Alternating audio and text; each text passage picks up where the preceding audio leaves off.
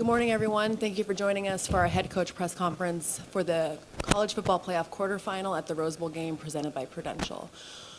My name is Karen Linhart. I'm the Rose Bowl game marketing and media director, and I'm joined today by Oregon head coach Dan Lanning and Ohio State head coach Ryan Day. I'm going to open up the floor for questions after we hear an opening statement from each coach. I'll start with Coach Lanning. Yeah, thrilled to be here today. It's exciting part of football season. I think this is always one of my favorite parts of the year. We get to watch, some historic teams get the opportunity to battle out there on the field. I know our players have really enjoyed every bit of the experience. We're grateful for the Rose Bowl and the service they've provided for our team. This is certainly a little bit different landscape this year because of how bowl games are set up, but the Rose Bowl has been first class in every way. Growing up as a kid, you remember getting to be a part of games like this, so this is one we're really thrilled to compete in. Obviously, Ohio State's a great team, so this will be a fun challenge for our guys. Thank you, Coach. Coach Day? Yeah, I echo what Dan said. First off, I want to thank everybody with the Rose Bowl committee, and they do an unbelievable job here. It's one of the greatest settings there is in college football, and we're excited to be here, for a lot of reasons. And, the third time that I've had an opportunity to be here, and it is a beautiful setting, and we have a great opponent here, and got a lot of respect for Oregon and how Dan runs his program and his players and his team. So very unique situation in that we're both now in the Big Ten, but when you look back on the history of the Big Ten and the Pac-12 and the matchups that have been before, I think it makes it even more special, this game. So excited about that. It also, for us, having Archie Griffin and the statue built here and also at Ohio Stadium, just a lot of history here at Ohio State in terms of playing in this Rose Bowl. So excited for the game, excited for our fans to get here and, get into LA and obviously enjoy the game. So we've had a great week of preparation, like Dan said, different preparation. It's not really a bowl game, quote unquote, with events. It's more about a playoff game, and so excited about the opportunity to play. Thank you, Coach. We're now going to open up the floor for questions. We have 2 mic runners on both sides. Please raise your hands. When you ask a question, please state your name and your media outlet. We'll start with a question here on the left-hand side. Joe Nugent, WCMH Columbus. Question for both of you. Start with Ryan. I'm wondering how this is different preparing for a Rose Bowl where you have 2 teams that could win it all, yet knowing that you still have 2 more to go. Yeah, it's a different experience. It's more of a, it's like being in a routine of a game week. And, usually when you prepare for a bowl, there's a whole month of preparation. This is more of a routine. So I think we've all seen this coming and so have prepared for what these are going to look like in terms of the preparation. But it's been good for our guys. There's no classes right now, so they've been able to really just focus on football, getting out here, getting acclimated, and getting to work. But I just think the biggest thing is it's more like being on a road game during the week, just a longer season. Yeah, very similar thought process for us. You can't worry about the next game until you take care of business in this game. And for us, that's the way our teams approached it. Obviously, when you play a team like Ohio State, you have to bring your best. So I don't think you can look too far down the road. You have to focus on right now. But it's been, you wait till you get about 7 days out and you try to set it up very similar to what a week would look like for normal week preparation during the season.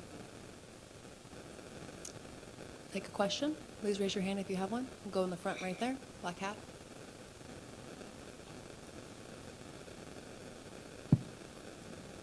Ryan Clark with the Oregonian. For both of you, what do you respect most about the way the other person runs their football program? Yeah, I'll start. I think, first off, Dan does a great job in terms of recruiting. Recruits very talented young men with a lot of high character.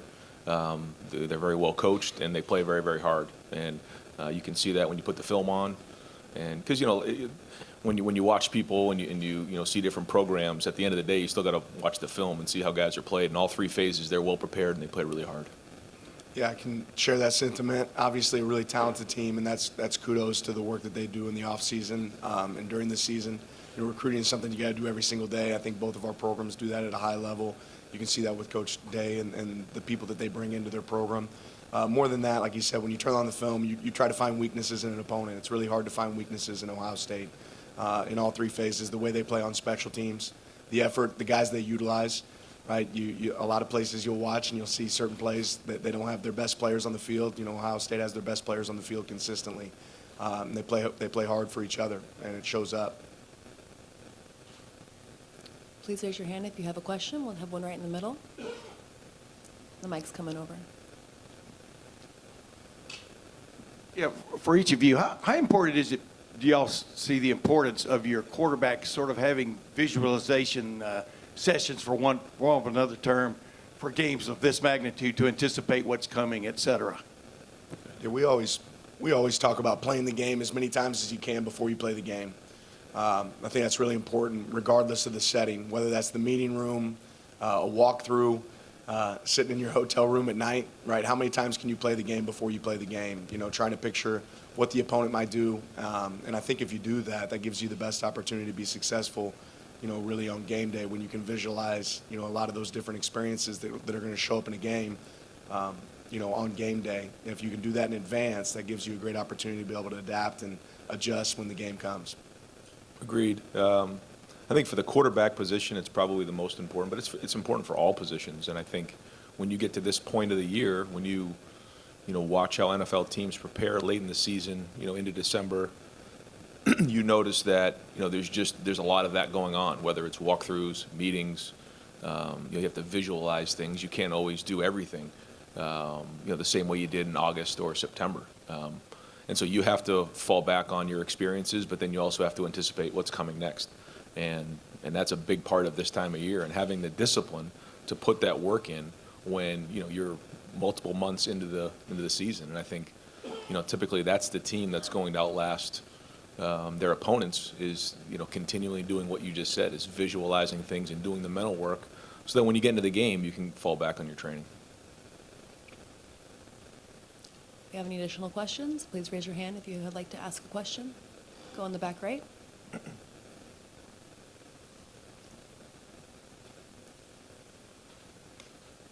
James Creppy with the Oregonian. For both of you, with the commissioners meeting to discuss a possible format change as soon as next season, in part because of seeding like in this matchup this early in the quarters, what are your perspectives on what the seeding changing should be, if the conference champions should continue to get first round buys, or if it should be more truly seeded like they're discussing?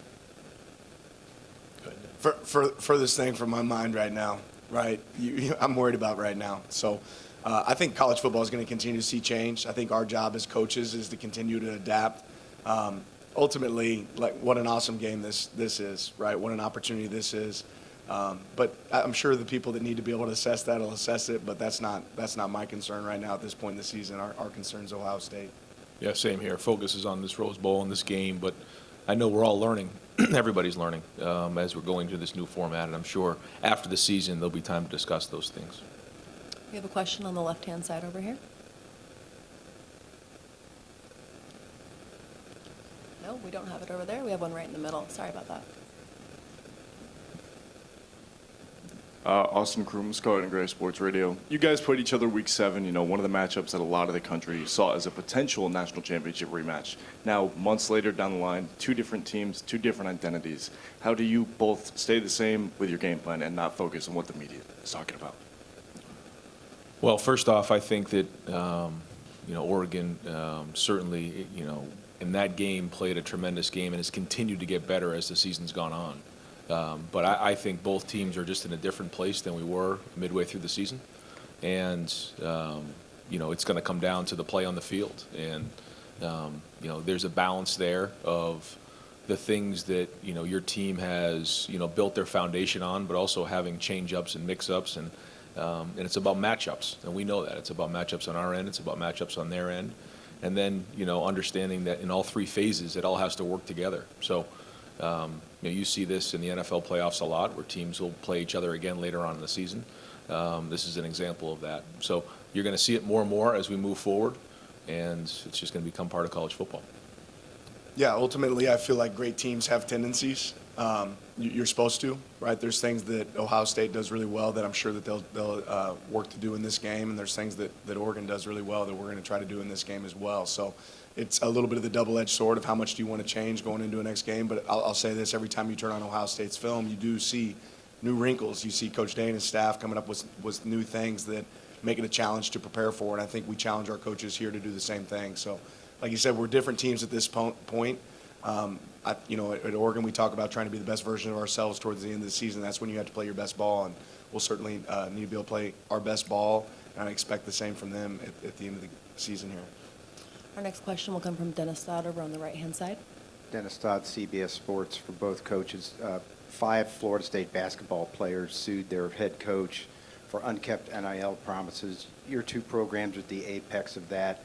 Short of, I guess, congressional intervention or collective bargaining, what is the future of that right now for both coaches? He wants me to answer this one first. I want him to answer this one first. I'll just say this, again, furthest thing from my mind right now, growing up in the Midwest, you have to be a man of your word.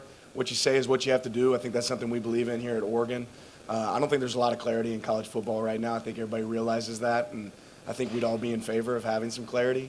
But you also want to compete to be the best. So each school is different in how they operate. I know at Oregon, we're about integrity, and what we say is what we do. But I can't speak to that situation because I don't know enough about it. Yeah, hard right now, a day out of this game, to be really even commenting on something like that. I appreciate the question. Our focus is on this game right now. That being said, when you start getting into these conversations, obviously, the legal folks start getting involved, and I think for all of us, we would like a little bit more structure in those areas to alleviate some of those issues. Our next question comes over here on the left-hand side. Hi, Haley Sawyer, SoCal News Group. Dan, this isn't the first time that Oregon's playing in Southern California this season, so what does it do for recruiting, just getting your product on the field in this region, attracting those SoCal recruits? Yeah, for us, we challenge ourselves to make sure we can sign the best, across the nation. But certainly, California is a hotbed for us in recruiting. It's a place that we want to make sure we have a stand, and we want to go get the best of the best. So, getting to play in premier games like the Rose Bowl, I think that's things that kids on the West Coast grow up dreaming of. And being here, having that opportunity, is certainly something that's going to help us in recruiting. We have a question on the far back right. Yeah, Steve Hellwagon with Bucknuts 24/7 Sports. The first game you guys played, Oregon hit 8 chunk plays of 25 yards or longer.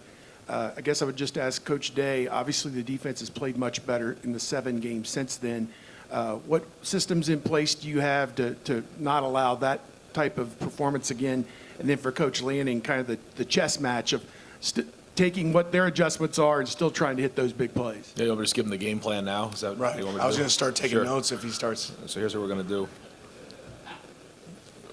Certainly coming out of that game, that was a huge part of the game, and I thought that Coach Stein and everybody on their staff did a great job of scheming up some plays to attack us, and then they did a great job of executing them. I thought the route running and the throwing and catching and protection, it all goes in together, and they did a great job of that in creating X-plays, and that's, as we all know, a huge factor in winning and losing games.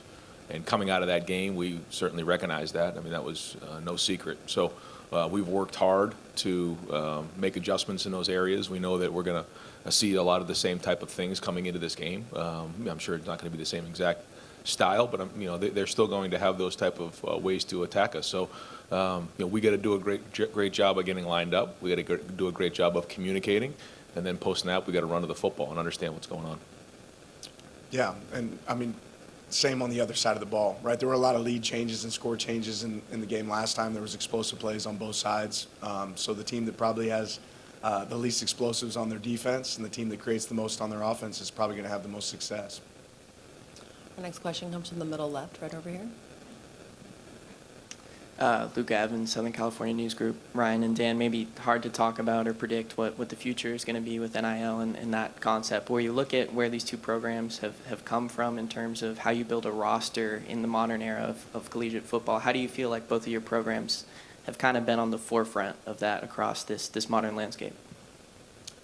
Yeah, I would just say, from the day that I've gotten here at Oregon, I've always felt like Oregon's about innovation. I talked about adapting is a really important trait right now in college football, and being able to adjust on the fly. That's something that we're prepared to do as we continue to move forward. So I'm glad to be in a place that's on the forefront of that. Yeah, I think all programs want to make sure they're doing everything they can to put the most talented roster together and talent acquisition.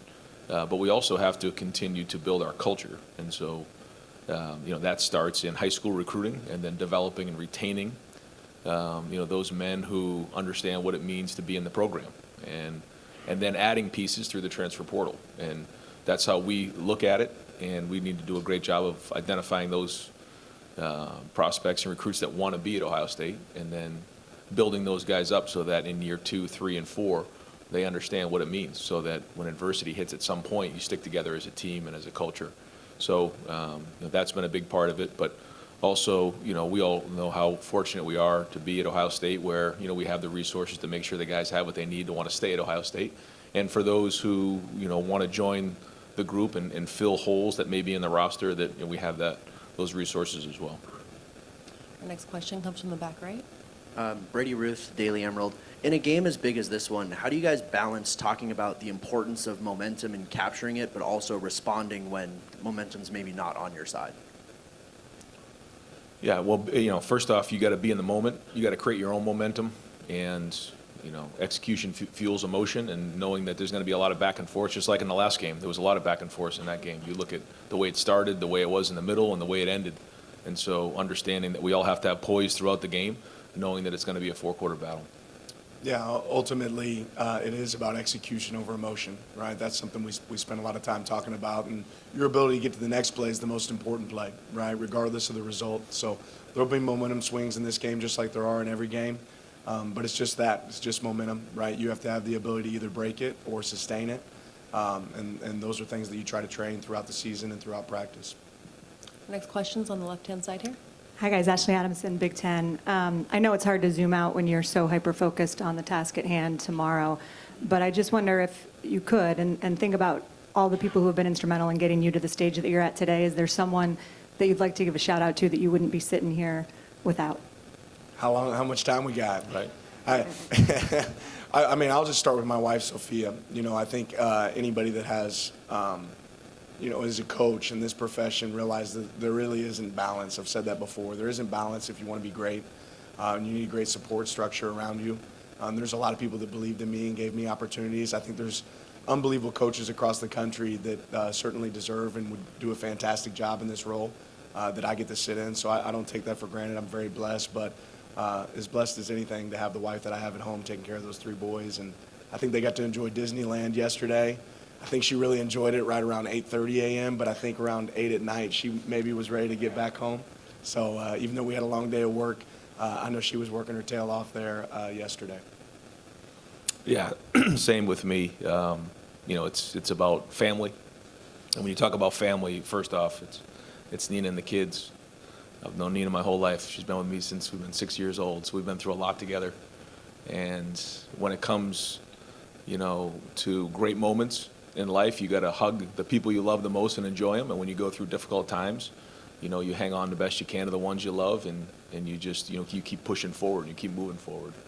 And so that's really the foundation, I think, of any coach. And, I'm very fortunate to have a family who's just very, very supportive. But then it quickly goes to the players. These are the guys who are on the field, and I think sometimes in football, the coaches get a lot of the attention. But ultimately, this game is played by the players. And we have a great coaching staff and great support system in the Woody that pulls for each other.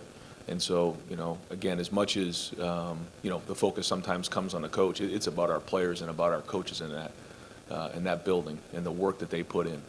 And ultimately, it's about the team. So there's a lot of things along the way that allow us an opportunity to get to where we are, coaches, people in our lives. But ultimately, it comes down to family, your family that's close to you in your house, and then also your football family. We have another question on the right-hand side. Dennis Dodd. Yeah, Dan, the way Tez Johnson told it yesterday was that Bo Nix brought him to you. What was that process? What did you know about him before he got here, and what has he added? Because he couldn't shut up yesterday. Yeah, he likes having the mic in front of him, doesn't he? Tez has been unbelievable for our program. But yeah, Bo sat in my office and said, hey, I have this wideout that I think can really help us. I don't know if he told me at the time of his relationship, with Tez. But, once Tez entered the portal and we turned the film on, it was really clear that he was a player that could help us. And we've been unbelievably blessed to have him on our team. He's a real competitor. And that competitive spirit carries over to every single player on our team. So I know, he's one of those guys that grew up dreaming of being a guy that played at Oregon, right? Didn't get to go to the original Auburn-Oregon game because Bo was playing for Auburn, and Tez would have been wearing an Oregon jersey. So for him to get the opportunity to live out his dream and play here, it's been really rewarding to Tez, and it's certainly been rewarding to our program. We have a question on the left-hand side. Chris Lowe, ESPN. Both coaches. Ryan, you guys would have to play 17 games to win a title, Dan 16. What's the wear and tear been on your all's team in a season that long, and what have you learned in trying to manage a team through a season that long and will continue to have to evolve going forward? You know, I feel like all things considered, we're as healthy and as strong and as fresh as we've been all season. I think right now we're battle tested. I think we've built depth, and when we put the roster together, we knew that this was going to be the case, that we had to be strong and powerful late in the season and continue to build as the season's gone on.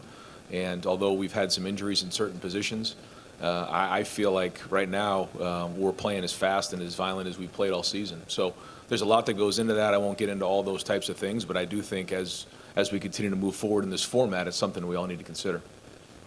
Yeah, I think it's, for us, it's something you prepare for throughout the summer, knowing what the season could look like, right? And kind of having a 365-day plan of how do you want to prep for these moments. You know, I'd have to give great kudos to our sports science staff, our training staff, our weight room staff. You know, very similar to Coach Day, our team is relatively healthy. Nobody feels great at this point in the season because of the time of season that you're in. But our players are, putting up some PRs in the weight room, are doing some unbelievable things at this point in the season. When you talk about going into game, 14 for these guys, I think that's, huge kudos to our staff and the job that they've done making sure they stay fresh. Any other question on the right-hand side? James Kreppe with the Oregonian.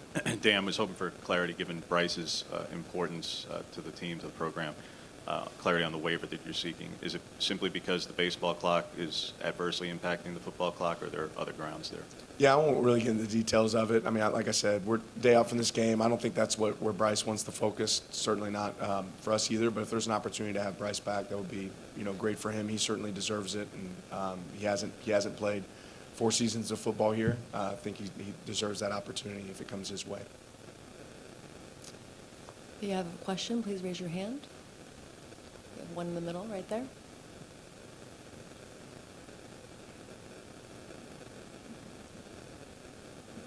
This is Tim May, Letterman Row, for Ryan.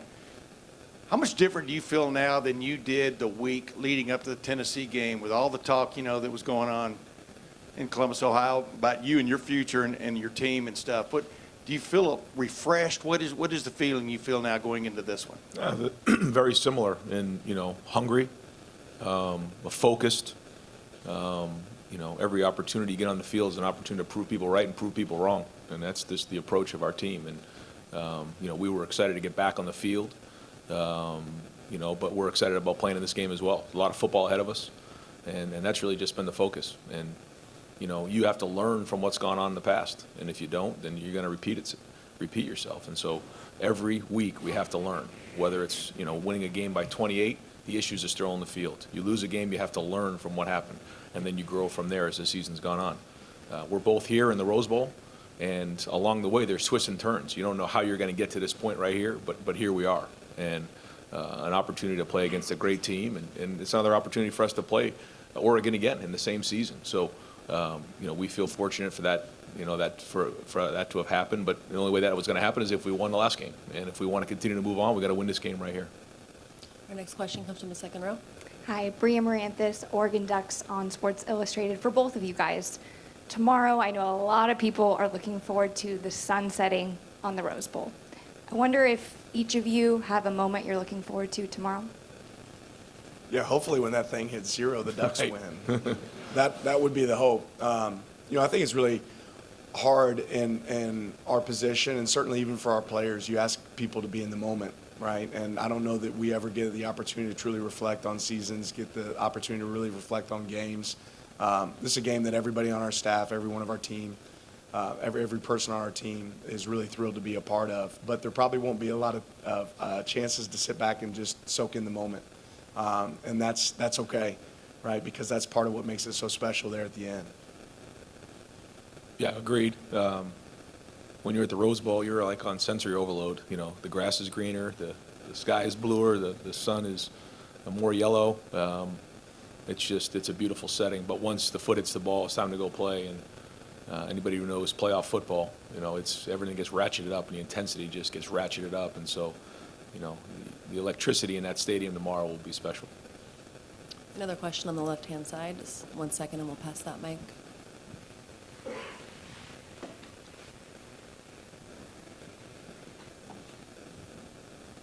Luke Evans, Southern California News Group. Brian, you said the other day that, bringing in Will, a transfer portal quarterback, wasn't typically kind of how Ohio State has done things in the past in terms of liking to bring, quarterbacks in and recruiting, develop them.